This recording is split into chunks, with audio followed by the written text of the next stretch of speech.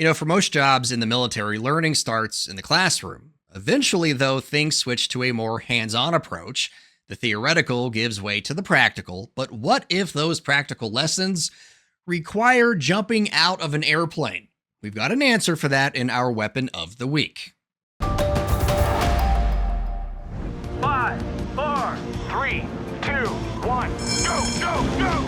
On the big screen, skydiving can look almost effortless, but that's the movies.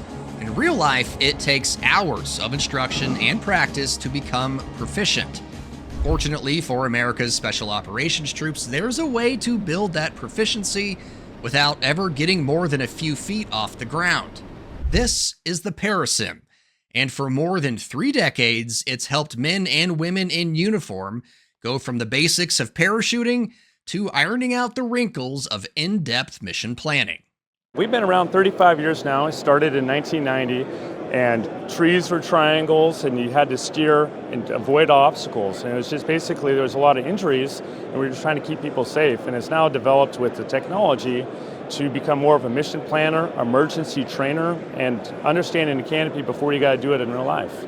Russ Lasink is PARASIM's VP of Sales and Military Training. He tells us their setup allows for hands-on training in a safe environment for a fraction of the cost of an actual jump. We're using virtual reality, and the biggest component is the instructor. And it's taking that knowledge from the instructor to a new person or experienced person and put them in a challenging situation to test their skills and make sure that they're doing the proper procedures in order that they need to be done in. Naturally, I had to try it for myself. All right, you ready? Yep. It's uncomfortable. Is it all right? No, it's good. Yeah. Okay. We're going to free fall all the way down to 4,000. Pull your head back. Why don't you try one of those turns when you get a chance? Look at that. That's great. And when you're ready, go ahead and pull that handle. Nice throw. Excellent. Nice. You're doing it. To the left 90 and head down the bridge there or whatever the road is there. Let it fly, baby. Look at you coming in on the target. I'm going to have you pull both toggles now. Hold them down. Hold them down. Yeah. That was good, man. How do you do that? Lift this up.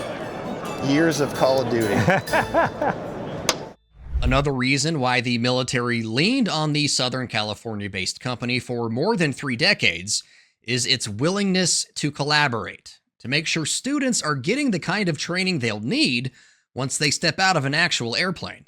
The SOF community really brought us along because they're the subject matter experts, and they told us they wanted 25 different scenarios. Correctable, non-correctable. They gave us YouTube videos and snapshots, and we were able to physically model that in sim, so that way they could practice it, and after you try twice to fix something, then you know you got to cut away and pull your next reserve, or the landing site picture of landing. Understanding the downwind base final pattern and what that site picture looks like at all times a day is super important. According to Lasink, PARASIM uses special head tracking technology with independent trackers instead of the built-in ones found in gaming goggles. That's because they want to minimize latency in the simulator, with the team focusing on making sure the motion feels accurate. So, when a user moves their head or body, it syncs perfectly with the simulation. People feel more confident. The success rate at Yuma Free Fall School has been higher because they've been able to experience that parachute before doing it live the first time. Also, people are more confident for their jumps when they're doing high wind scenarios where they actually have to fly backwards with an MC6 parachute and understand that that's a reality. You're going to have to land going backwards and face into the wind.